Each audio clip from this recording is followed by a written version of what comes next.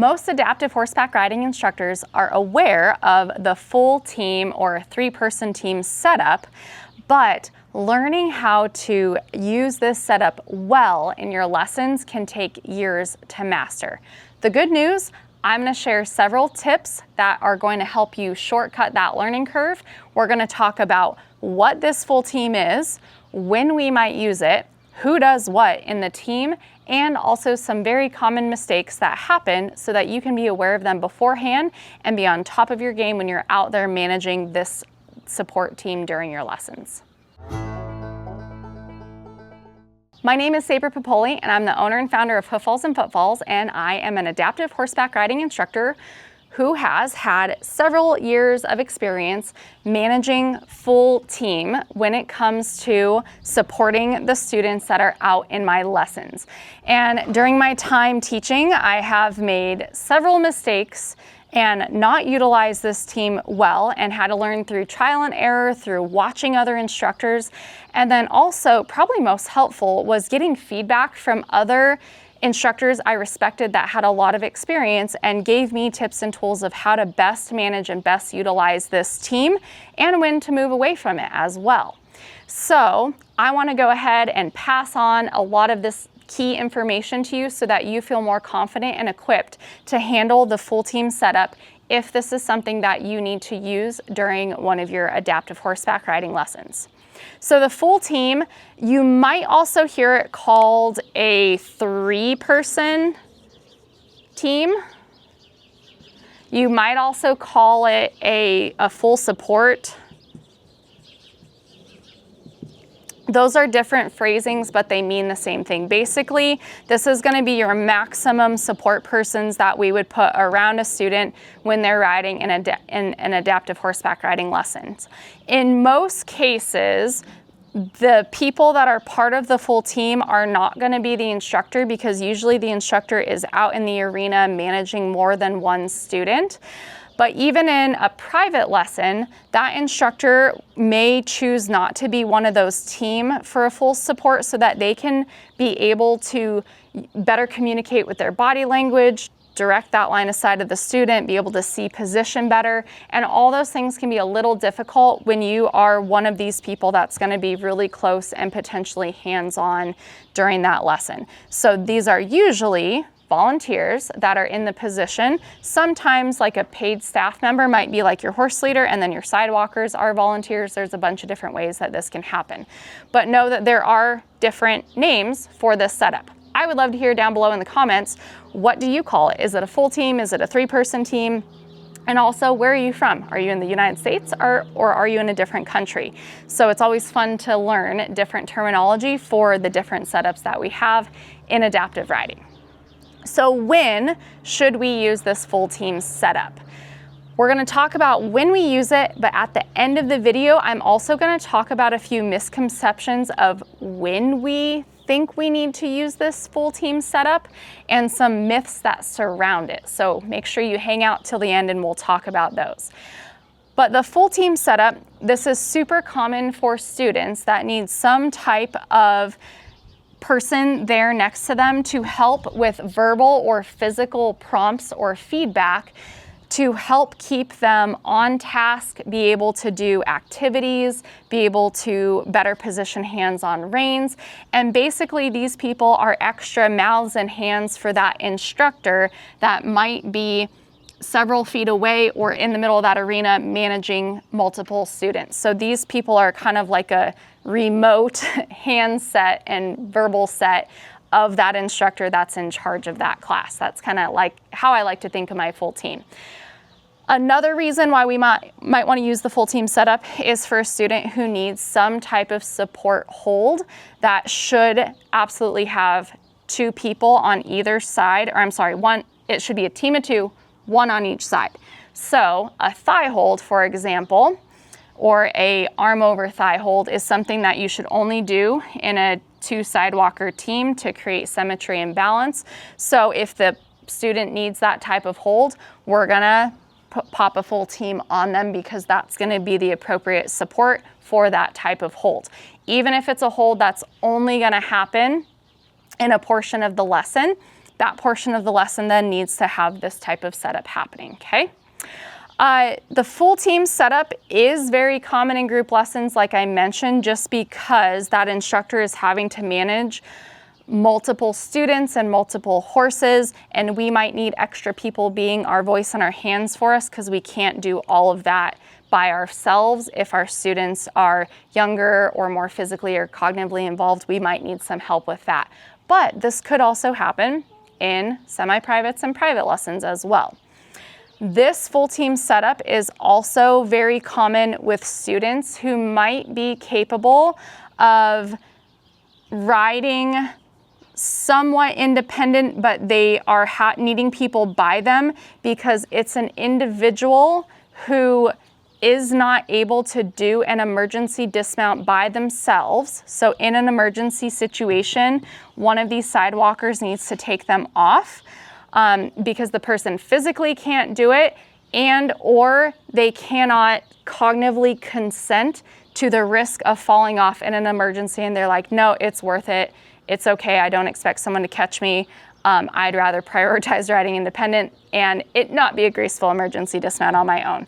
So this full team setup is also great for those students that need that supported emergency dismount, but may not need other verbal or physical prompts or support during the rest of their lesson. So that could be a time where we use that setup as well, okay? Let's now talk about the names and the roles and responsibilities of each different team member of this full team setup.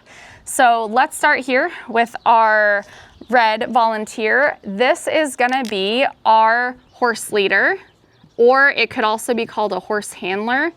Usually abbreviated HL or HH, kind of depends on where you're at, what training you've had, on what you call it. So horse leader, horse handler, handler, those are all phrases that we might use. And this is the person that is going to be in a full team setting, commonly on lead. Sometimes they might be tied off in special circumstances. We're not gonna get into the weeds on that one though. But this person, they are fully responsible for managing this horse during the lesson and during emergency situations. So they are not gonna try to step in and help the rider during an emergency situation. This horse leader is responsible for the horse, okay? That is something that is really hard for some of our horse leaders to understand because they want to help that rider, but that is just not their role during this time. Some of our horse leaders can get a little chatty and really involved and are supportive, which is awesome, but can be very overwhelming to our students. So a tip that you can give your horse leader is they can support with smiles. So while they are at a halt, watching and observing that rider do whatever activity they're doing, or that rider gives a nice strong walk on, they can go ahead and maybe look back with a smile or look at that rider with a smile as they're doing their activity, but we don't want to be overly verbally engaged because that can be very overwhelming and confusing for that student. So little tip there, watch the verbal communication between the horse lead and the rider. I'm okay with my horse leaders giving verbal cues to the horse, but you have to be careful to remind them not to have like a constant narrative to the horse because some people talk to their horses a lot. I am one of those people. So I have to check myself if I'm a horse leader in a lesson that I'm just not kind of constantly having that conversation and that verbal cues mean something, and I'm not talking where it's a distraction to that student, okay? Horse leaders can be on either side. This is a common myth I hear a lot, is that horse leaders have to be on the traditional left side. Not at all. Horse leaders can be on either side of the horse. I personally like my horse leaders to be on the inside track as we're going around the arena. So if we're going tracking left, I would have my horse leader on the left side. If we're going right, I would want my horse leader on the right. This helps many different ways, but One of the main ways is that helps that horse leader be able to see and hear the instructor a whole lot better. Their body language helps keeps that horse against the rail or kind of out away from whatever turns we're doing. And it also helps that horse bend in a more natural way and a correct way around the turns that you're doing and not counter bend.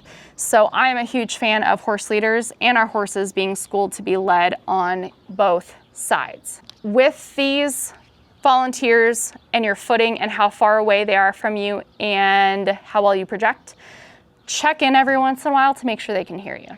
That's just a good instructor management thing that we need to be aware of with our horse leader. All right, so let's go ahead, let's move to this green person here. This person we're gonna label as side walker number 1, or I have actually called these coaches.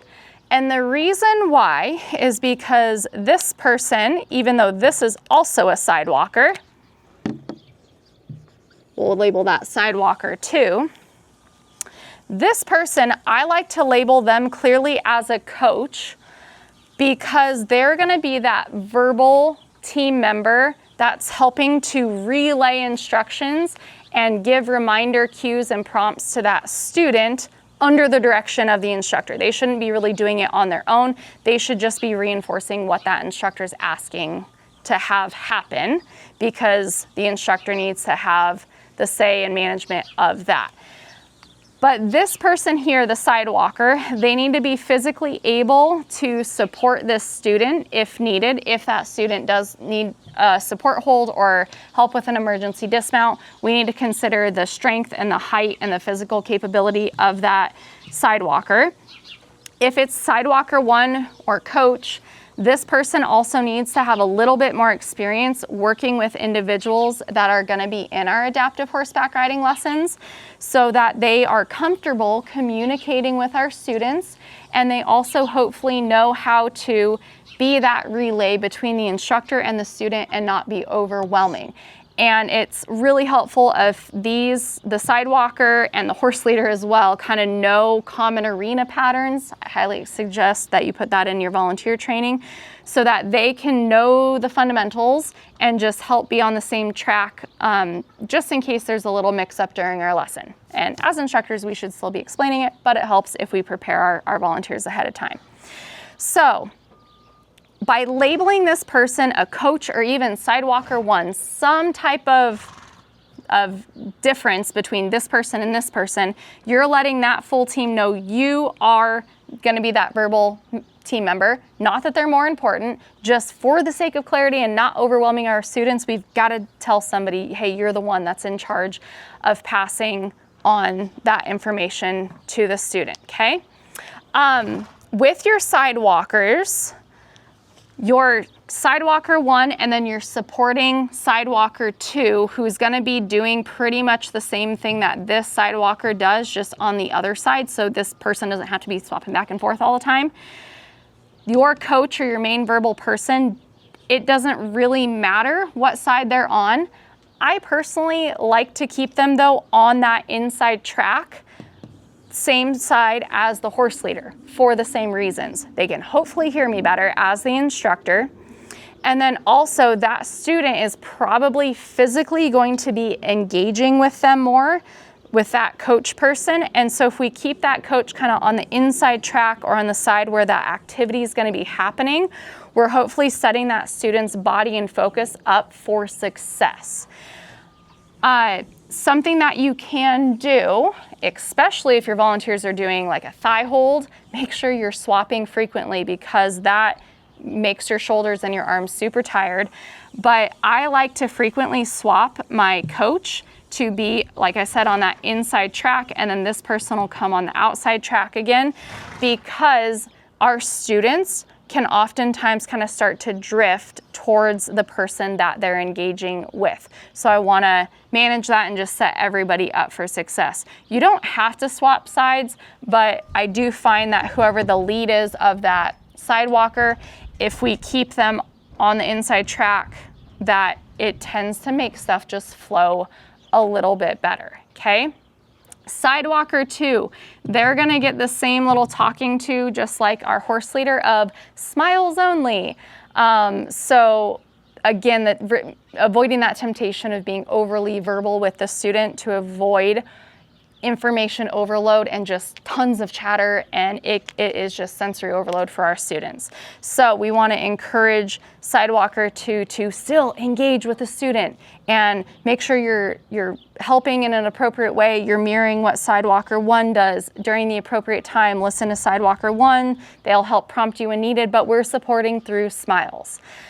So that's a way to help hopefully minimize a little bit of that talking, okay? Sidewalker 2, this is also a really good position for volunteers that might be a little less experienced and they need to get a little bit more comfortable with students before they're put into a little bit more intense position of being that lead sidewalker or that coach position. So this is a good place to start somebody off where they've got a little bit of support from that coach or Sidewalker 1 as they're learning the ropes as a sidewalker. But of course, they should have already gone through sidewalker training beforehand.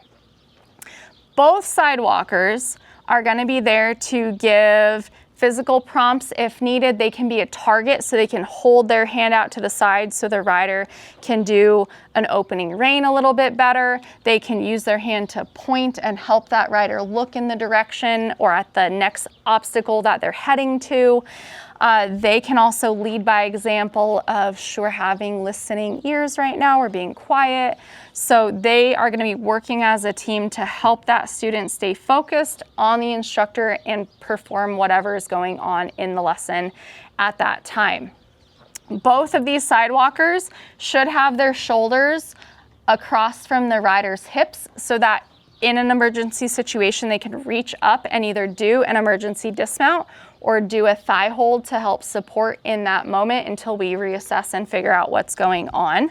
So we need to be considerate of our sidewalkers' height and physical ability and how fast or slow they walk depending on that horse and rider that they're being assigned to. So be really careful with that. We want both of our sidewalkers to be able to perform an emergency dismount with our student, because whatever way that student's coming off, that person on that side is probably going to be the one to take them off, or the person who is not by the arena rail, because we don't want to really pull that rider off onto the arena rail if that can be avoided. So make sure both of your sidewalkers know who's going to do the emergency dismount and when. Little tip here, whoever's on the outside of your turns, so if we have this setup going and my horse leader's on the inside and my coach is on the inside, which is my preferred method, and my sidewalker here is on the outside, watch them as they go through turns, because as we go through turns and curves, whoever's on the outside, they have a bigger distance to walk around that turn versus everyone on the inside. They have a shorter distance. So this poor outside sidewalker gets left behind quite a lot at the walk, especially at trots. So be very, very careful at faster movements of that person being left behind on the outside. And a lot of times, instead of lengthening their stride at the walk, they'll break into a jog, which could accidentally cue that horse to jog on because they're paying attention to body language. So just be aware of that sidewalker on the outside not getting left behind, and give them that cue of, hey, remember guys, let's lengthen strides, stay at a walk as we're doing the turns around the barrels or turns around corners or whatever it is, okay? So just a little heads up there. And like I already mentioned, do your best to match your sidewalker's build, their stride length, their strength, their ability to the student and the horse that they're paired with. If it's a student where they're there for more just extra set of hands, but they may not need help in emergency dismount, they don't need any type of physical support, maybe a little more lax on that physical ability and the height. But when it's a student where they might have to do an emergency dismount, they do need to reach up and be able to go hands-on with that student, and they do have to do some type of physical support. That matching is so important and can make or break a full team support. All right, let's end this little talk about our full team support by talking about 3 common myths and or mistakes that frequently come up or are associated with this setup. So 1, just a reminder that a full team support, even though this is very common and actually might be the thing that like pops into your brain when you think about students that participate in adaptive, or also called therapeutic, horseback riding lessons, you having horse leader and 2 sidewalkers next to them, that's the norm. Remember that this full team setup is not a requirement for students in adaptive horseback riding lessons. They can ride completely independent if it's appropriate. And also, going along those same lines of thought, this full team support is not a requirement for a new student just because they happen to have a disability or diagnosis or a condition. We need to go off of the ability of that specific student in that moment. They might need a full team. They might need a horse leader and a sidewalker. They might just need a horse lead. They might just need the instructor and them, and they're okay. So this is not your always default start. I would actually challenge you guys to not have this as your default start, because then you're putting students in a box just for the sake of being overly safe and supportive. And then that can layer on to the error of instructors forgetting that the full support team can layer on and off during the same lesson time, and not just once, but like many times. So I might start off my student with a full support team as we're doing warm-ups, because maybe they need some physical prompts during that warm-up time to make sure we're doing the motions correctly, or maybe they are a new student and we're kind of starting to phase out of that full support team mode. But then once I've assessed, we've done our warm-ups, maybe I pull 1 or 2 of those people off and we function with a different team setup for a while at a walk. But then I layer back on that full team for a new, more intensive skill that we're going to be practicing, and I do want those extra people there. Or maybe we're doing a game or an activity where I do need extra helpers on board. So this full team setup can layer on and off during lessons. It's not a rule that if the student starts with it, they have to end with it, or once you take them off, they have to stay off. It's dynamic. Remember that, okay? That's actually a trait of a really skilled and experienced instructor, is playing with these team setups and adjusting them during our lessons to keep those students in their zone of proximal development and adjusting the different layers of support. And by the way, Intuitive Instructor Club has presentations on layers of support, all the different factors we can manage, and zone of proximal development. So make sure you check those out as well. Another common myth and mistake we make as instructors is we have a student, we have a horse, we have this team that has probably been with this student for several weeks, and they have this bond and this relationship and they love it. And then it comes time to where this student is progressing enough to where they probably don't need a full team. And we might be ready to, I jokingly let my students fire their volunteers. That was like the joke in my lessons.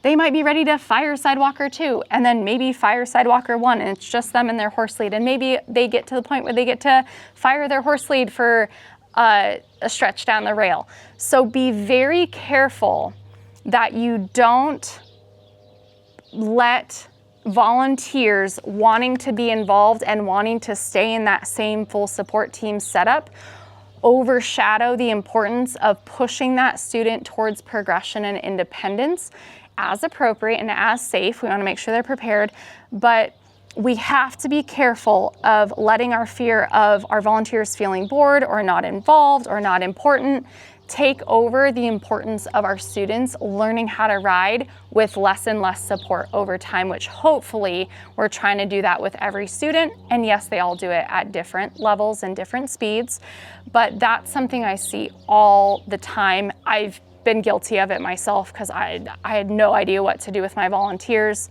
There are lots of different things though that you can do to use these volunteers in creative ways in your arena, still keep them there, still keep them involved, just in case you need to pop them back on. Like I mentioned, there's videos of that in the Intuitive Instructor Club of how you can creatively use your volunteers when your students may not need that full team setup. So I know we talked about a lot relating to full team or 3-person team setups in adaptive horseback riding lessons. I hope this information was helpful. I hope it cleared up the what's, the whens, the who's, the common mistakes that we might see happen when we're learning how to manage or when we're actively managing these teams out in our lessons. I would love to hear below, what is your experience with full team volunteer setups? Do you use them frequently? Is it only a few small numbers of your students that you use this with? Is this your default start point? And maybe you guys are one of those programs where I talked about that myth of thinking that that was your start point, and that's okay. Like we all have stuff that we can learn about and know and do better with. So I'd love to hear your feedback on this topic. And if you could pass off one top tip to a fellow instructor of how to best manage a full team in a lesson, or how to skillfully get the most out of it and the best utilization, what would it be? Put it down below in the comments wherever you're watching or listening to this chat from, and we can all learn and grow together. Thank you so much for joining in, and I'll see you on the next one.